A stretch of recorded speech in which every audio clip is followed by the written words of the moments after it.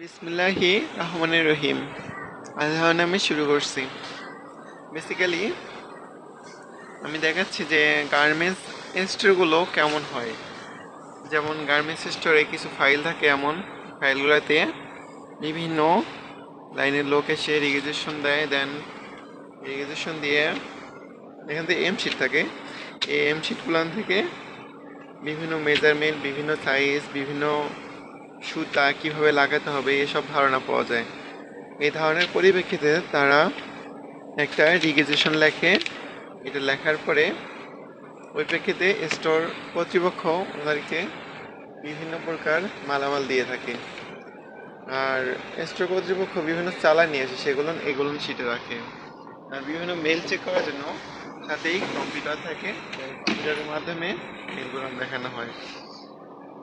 তো দ্বিতীয়ত লেভেলগুলো হয়ে থাকে কেমন, যে এরকম বিভিন্ন প্রকার লেভেল হয়ে থাকে। এই লেভেলগুলো লাগানো হয়। দেন এগুলো লেভেল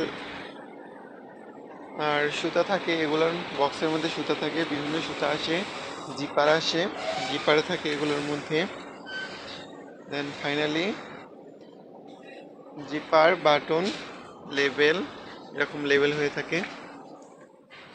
আর বিভিন্ন ইলাস্টিক হয়ে থাকে, যেমন এমন ইলাস্টিক হয়ে থাকে, এগুলো প্যান্টের মধ্যে লাগানো হয়ে থাকে।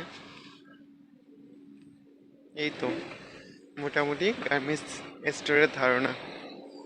চাইলে আপনারা যে কেউ গার্মেন্টস স্টোরে জব নিতে পারবেন।